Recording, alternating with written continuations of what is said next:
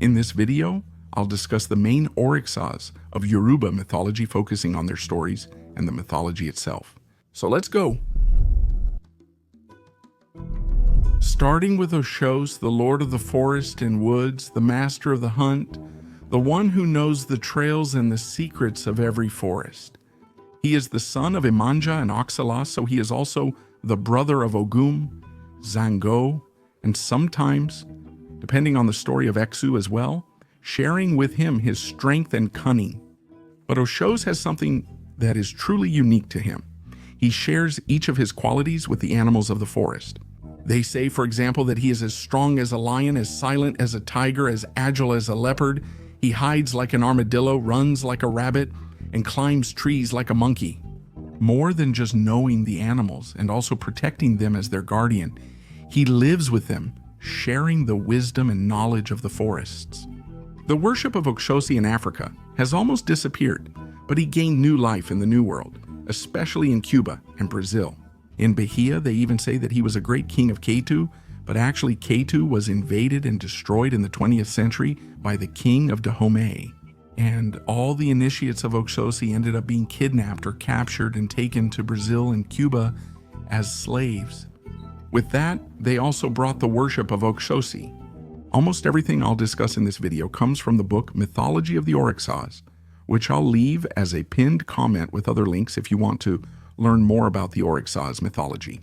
Using these links will help me greatly. Please also share the video, like it, and subscribe for more similar content. Around here, devotees of Oxóssi usually wear a chain or necklace that is blue-green. Thursday would be his day, and the known symbols would be the Ofa, which is actually a drawn bow and arrow, and they would be forged in iron, although nowadays I think they even use other materials.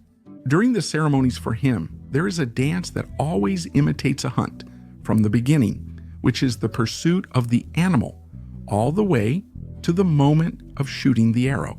To please Oxóssi, a dish is offered, usually containing beans or also meat offal.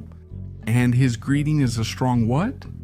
In Brazil, Syncretism also happened because when the slaves came here, in order to keep venerating Oxóssi without being persecuted, they ended up connecting him to a symbol of Catholicism, which is Saint Sebastian.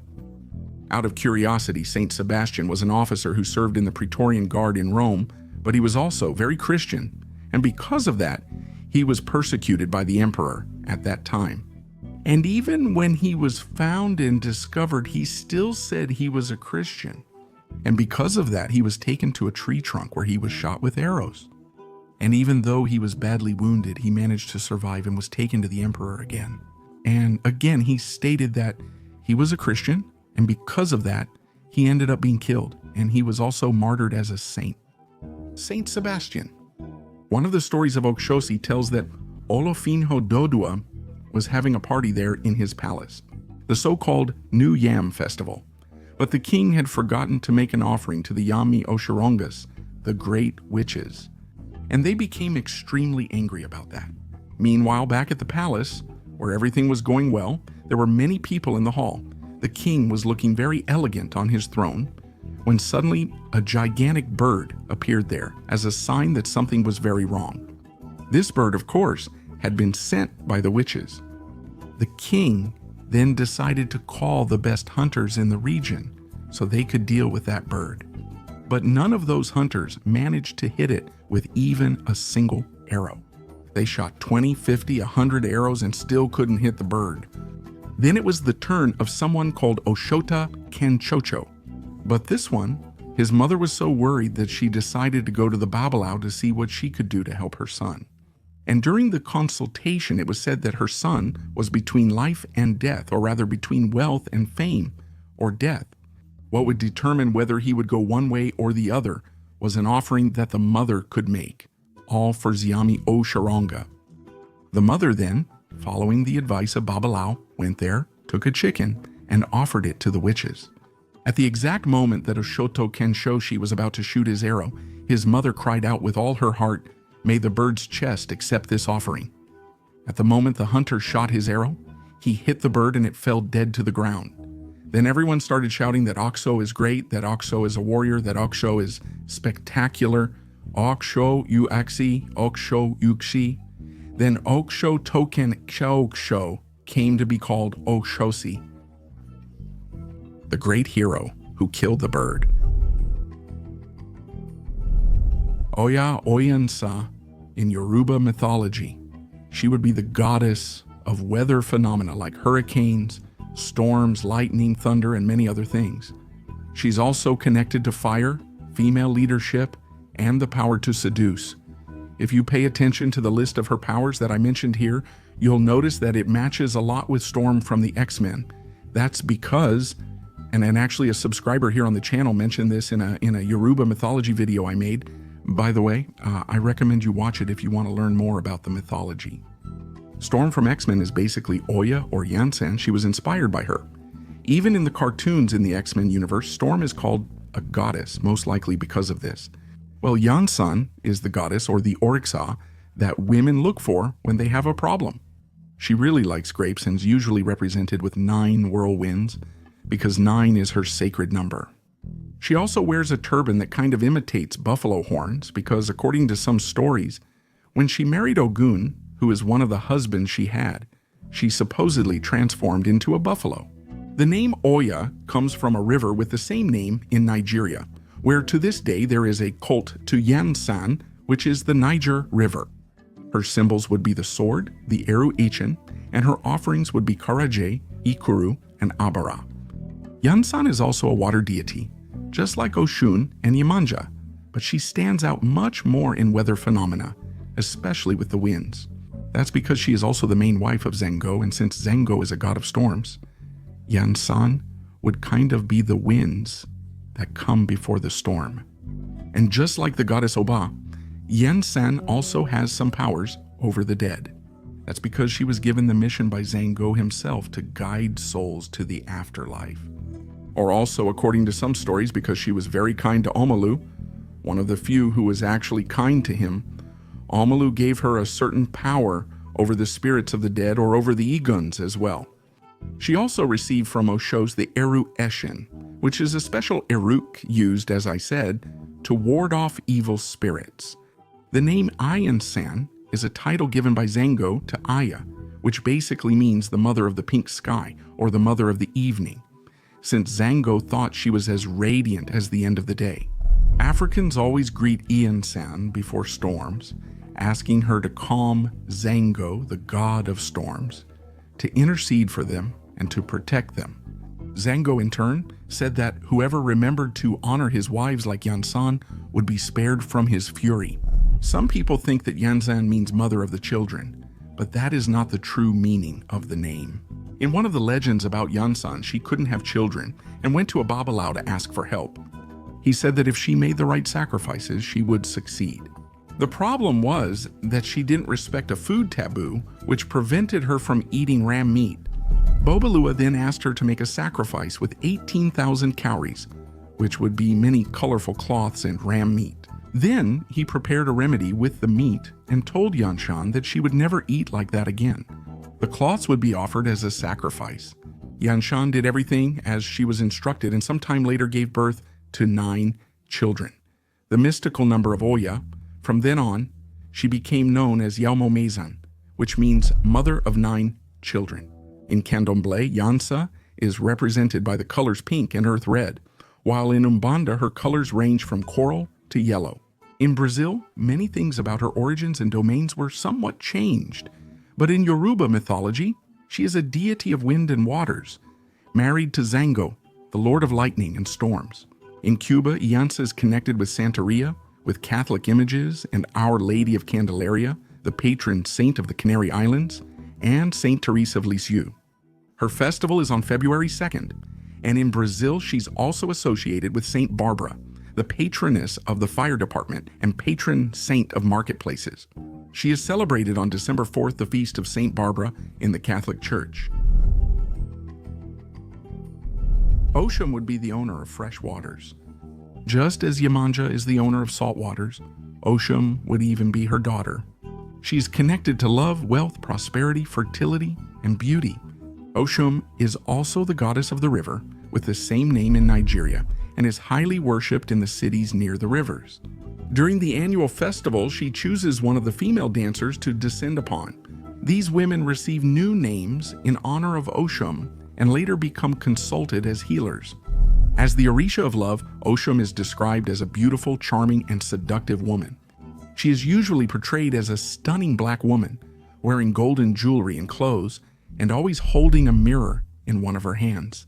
In some stories, they say she has a fishtail, like a mermaid. According to some stories, Oshun was Shango's second wife and also lived with Ogun, Eshu, Orunmila, and Oshóssi. With the African diaspora, the figure of Oshun was brought to the Americas and began to be adopted in some traditions, such as Brazilian candomblé and Cuban santeria. In Haitian Vodou, she is also syncretized with Erzuli, who is also a goddess of water and love. In Brazil, she is also syncretized, like with Our Lady. In Bahia, for example, she is associated with Our Lady of Candeias or Our Lady of Pleasures. In the south of Brazil, she is often associated with Our Lady of the Conception, while in the central west and southeast, she can be syncretized with both Our Lady and Our Lady of the Conception Aparecida. Oshun's number is 5, her color is yellow, and her metal is gold or bronze like other Orixás. The peacock and the vulture are her sacred animals. Offerings for her usually include sweet things like honey, mead, white wine, sweet oranges, pumpkin, and perfume.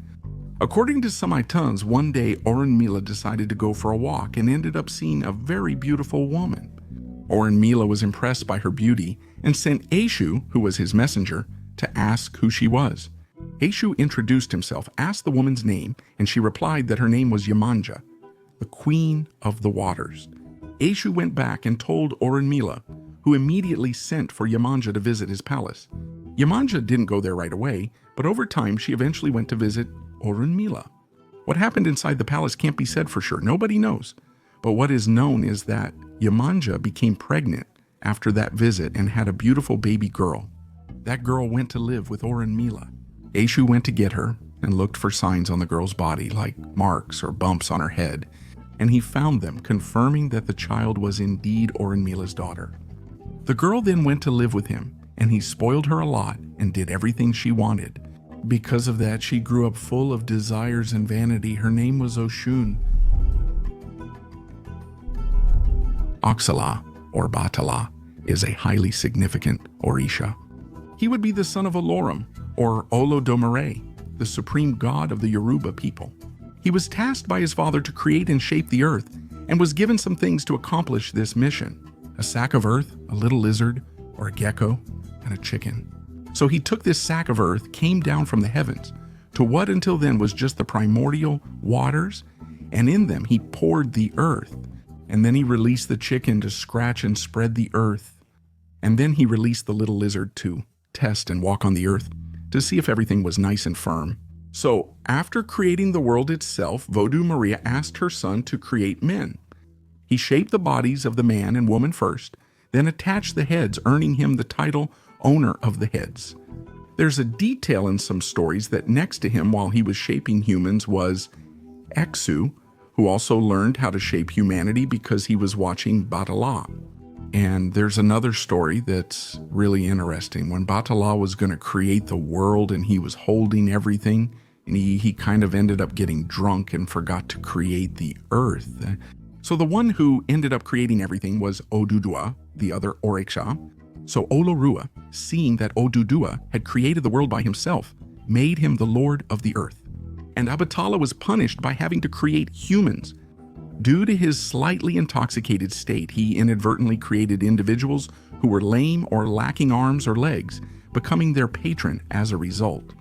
In another Itan, which are still the mythical stories of the Yorubas, Obatala kind of ended up saving the world from being destroyed. That's because the Orixás held a meeting and forgot to invite Yemanja, who became extremely angry and decided to flood the whole world. But Obatala found out, went there, asked her to reconsider, and Yemanja, out of respect for Obatala, ended up backing down from her decision to flood the world. Obatala, the lord of all that is white, is the master of dreams, who makes them reality. His eyes see all. He is the most respected and, as some say, the most powerful Orixá. He is the creator and peacemaker. He is serene and has peace, and he has the power to create many things. In Santeria, he was syncretized with Our Lady of Mercy, but he can also be linked to Jesus Christ. His offerings include various things: snails, white chickens, and several white foods. But the important thing is that the food should never be salted. Mulu, also known as Chapana or Sapata, is the lord of the earth and the son of Nanas, one of the oldest existing Orixás. It is believed that Nana originated from another people, not from the Yoruba, but we'll talk about that later.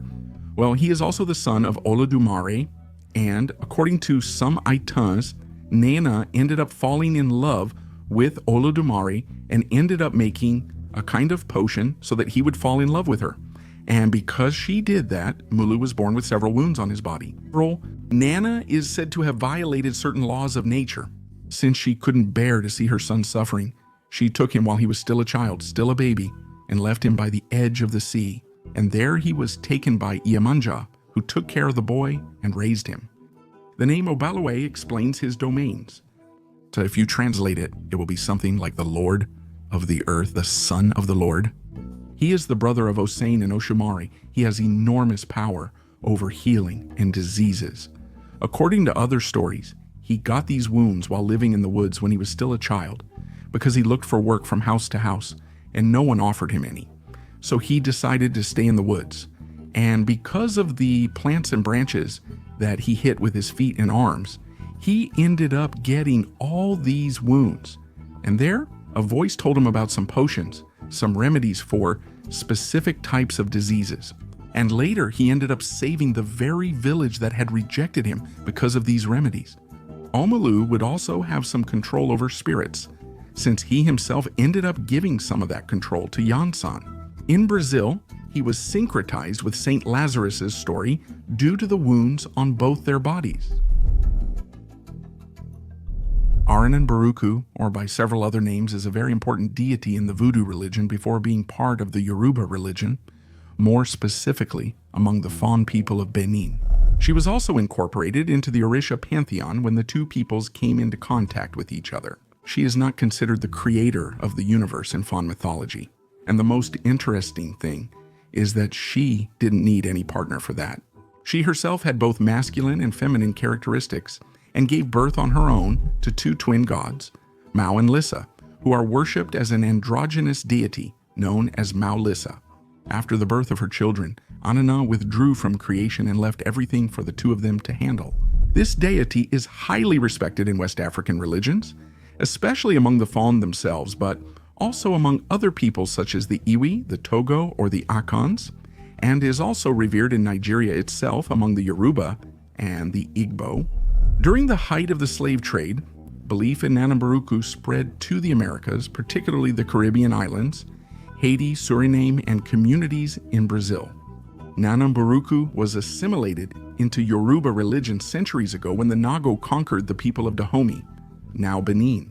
They kind of incorporated, some deities from their former enemies. She came to be considered the oldest of all, associated with still waters, mangroves, the mud of swamps, and also with life itself, and also with death. She is usually described as an elderly woman wearing clothes in shades of lilac, indigo, and white.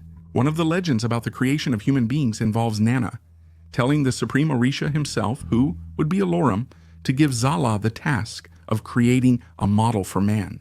Zala tried everything. He used wind, wood, stone, fire, oil, and even wine, but none of these materials worked. Then Nana, with all her wisdom, took some clay from the bottom of the lake where she lived. She gave this clay to Zala, who finally managed to make the model of men and women. After that, Olorum blew on the model and gave them life, thus creating the first humans. In another story, when Nana ended up abandoning Amalu on the seashore and he was saved by Yemanja, Zala found out about Nana's action and condemned her to have no more children. He expelled her from his kingdom and ordered her to live in a dark and gloomy swamp. There's also another legend that says one day the Orixás gathered to discuss which one of them was the most important. Most of them chose Ogum, the Orixá of iron, who gave humanity the knowledge of weapons.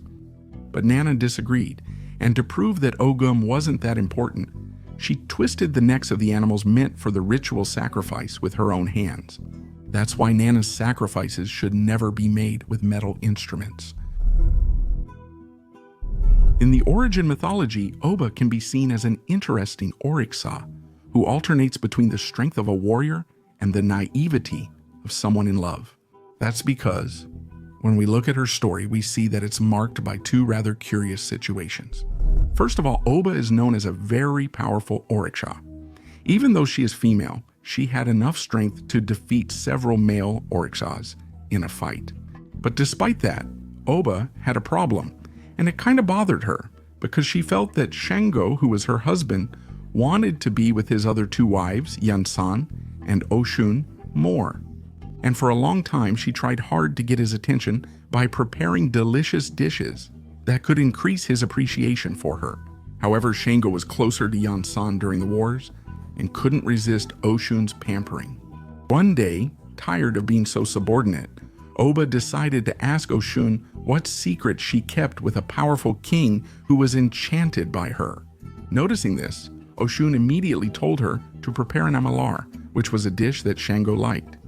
But in the dish, she was supposed to put her own ear as proof that she really liked Shango.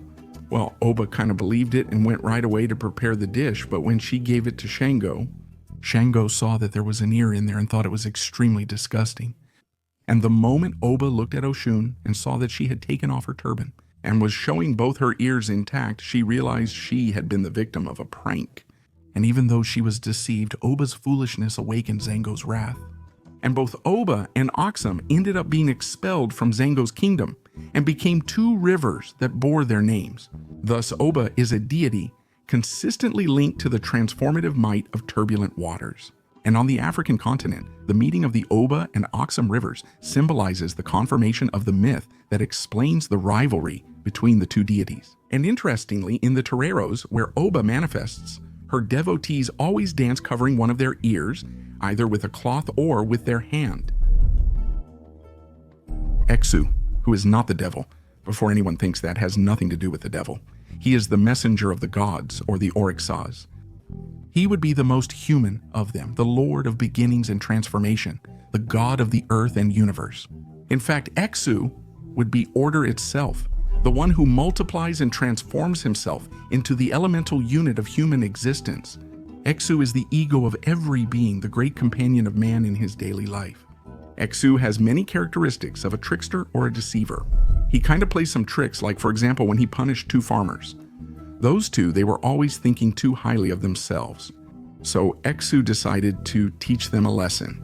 Well, the two farmers were terrible people and made a bet against each other. The first one would win if the next man who passed through their area wore a white hat. The second one would win if the man passed by wearing a red hat. Then Exu passed between the two, wearing a hat that was half white and half red. Each of the farmers saw a different color and they started arguing, each one saying that he had won, until the two attacked each other and ended up lying on the ground lifeless. Exu is an ancient and very important Orisha. He is primarily responsible for opening paths, tending to markets, and residing at crossroads. He has a very complex figure, being the first of the Orishas created in the universe. Actually, his origin story is quite complicated and changes depending on the version. According to some, he is the son of Yemanja, others say of Oxum, or actually he simply always existed. The saint syncretized with Exu is Saint Anthony. Exu is generally associated with colors like black and red, symbolizing his strong and intense energy, and is also represented by the symbol of the Ogo, related to the male organ. Zango is the Thunder Orisha and is considered the ancestor of the Yoruba people. He is the leader of the Orisha pantheon and has power, of course, over basically everything related to storms, over fire, percussion, dance, and male virility. In Brazil, he is syncretized with Saint Jerome, while in Cuba, he is associated with Saint Barbara. It is said that Zango was a great Yoruba king, son of Iranian, and that after his death he was elevated to divine status. After deification, he would be Yemanja's son. Zango has 3 wives, Oya, Oxum, and Oba. Oxum is his favorite wife. Oba is an excellent cook, but ended up being disliked due to an incident involving her ear. And as for Oya, the 3rd wife, she was the only one who learned Zango's powerful magic secrets. She also knows how to breathe fire. For example, Zango is often depicted with a double-headed axe on his head, 6 eyes, and in some representations even with 3 heads. His symbolic animal would be the ram, whose hooves resemble the sound of thunder. His colors are red and white, and his servants are Feifei, the wind, Shumari, and the rainbow, whose mission is to carry water from the earth to the palace in the sky. Shango is also responsible for the creation of the Egungun cults, the ancestral spirits of the Yorubas. He is the only Orisha with real power over the Egunguns. As the Orisha of justice, righteousness, balance, and determination, Shango has a deep hatred for liars, thieves, and bandits. Because of this, death by lightning is considered shameful. If a house is struck by lightning, it is seen as a house marked by Shango's wrath.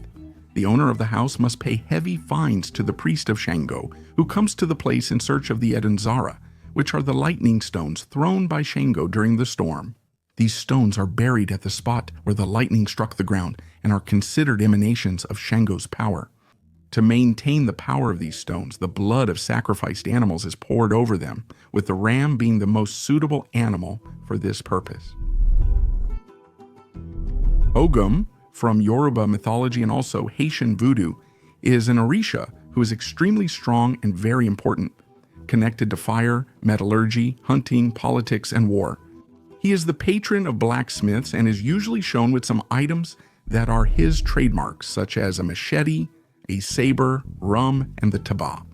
He would also be, besides a blacksmith, a warrior and also a hunter. He's a blend of the Greek gods Ares and Hephaestus.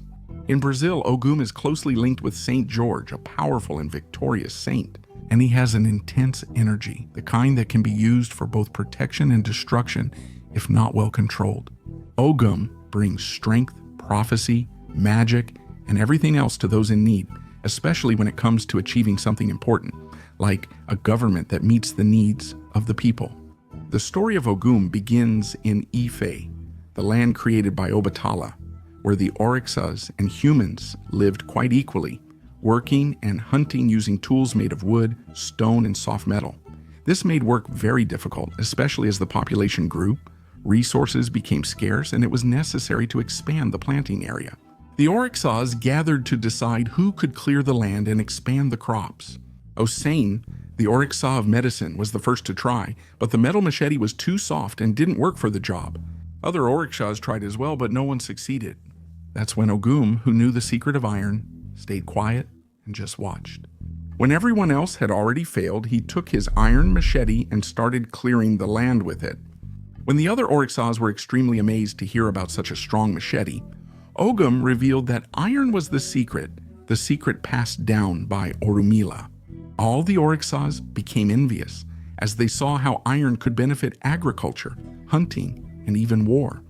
For a long time, the Orixás asked Ogum to teach them the secret of iron, but he remained silent. The Orixás offered Ogum kingship in exchange for teaching them the secret of iron, which he accepted. Humans also asked for this knowledge, so Ogum began to teach forging until all the hunters and warriors had their iron tools. Ogum loved hunting. One day, he went on a long hunting trip and returned dirty and in rags. The Orixás, unhappy with their leader's state, decided to remove him from his position. Ogum was disappointed because he had been the king when they needed him for the secret of iron, but now they despised him. Feeling devalued, Ogum bathed himself, dressed in shredded palm leaves, took his weapons, and left. He withdrew to a distant place called Ire, where he built a house under a tree called Oko, and stayed there. And despite all this, the humans who learned forging from Ogum never forgot their master.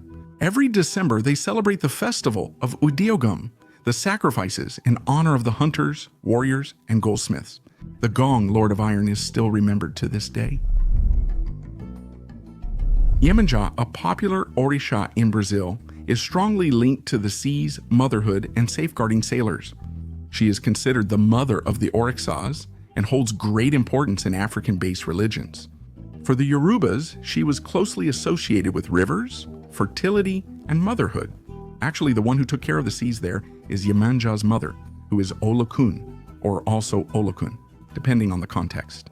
While here in Brazil, she became closely associated with the Virgin Mary and other Catholic saints, which explains some representations of her as white. Yemanja's Day is celebrated on February 2nd. For the Iba people, a Yoruba nation, Yemanja was closely connected to rivers and their mouths, that is, the point where rivers meet the sea.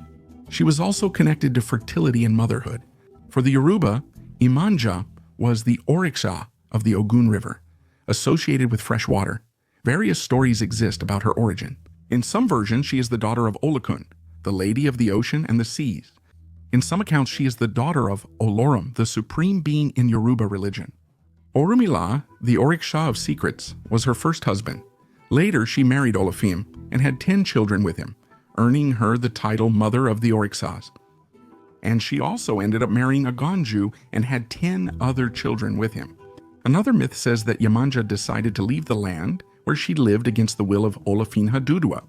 She sent a great army to bring her back, but Yemanja used the spell she learned from Olokum and turned into a river and was carried to the ocean. There's also a story in which Yemanja arrived at Abokuta, where she married a local river called Okere, on the condition that he would not make fun of her breasts. One day, an intoxicated Okere came home, made jokes, and ended up chasing his wife, who ran away. But she ended up being helped by Zengo, who was her son. Sain, a fundamental Orisha in African-based religions, is associated with leaves, herbs, and healing. He is considered the great guardian of the mysteries of nature, possessing deep knowledge of plants and their powers. Sain is essential for cleansing and healing rituals, being responsible for providing the sacred leaves to the other Orixás. During slavery, in order to be worshipped by Africans and their descendants, Sain was syncretized with a Catholic saint called Saint Benedict. One of the most well-known stories about Sain says that he kept all the secrets of the plants in a gourd. But Shango, bothered by the fact that Sain had exclusivity over these things, asked Ayak for help and spread all the leaves everywhere. Then Sain, with great knowledge of the magic words, exclaimed, You Ata! The leaves work! And the leaves started to return to him. The ones that didn't return lost their healing power. Shango, seeing this, recognized Sain's supremacy over the leaves. And even though he had shared some leaves with the Orishas, he kept most of them for himself, keeping the great secret to himself and reinforcing his role as the master of herbs and healing. Guys, that was the video. If you made it this far, remember to like and subscribe. Until next time.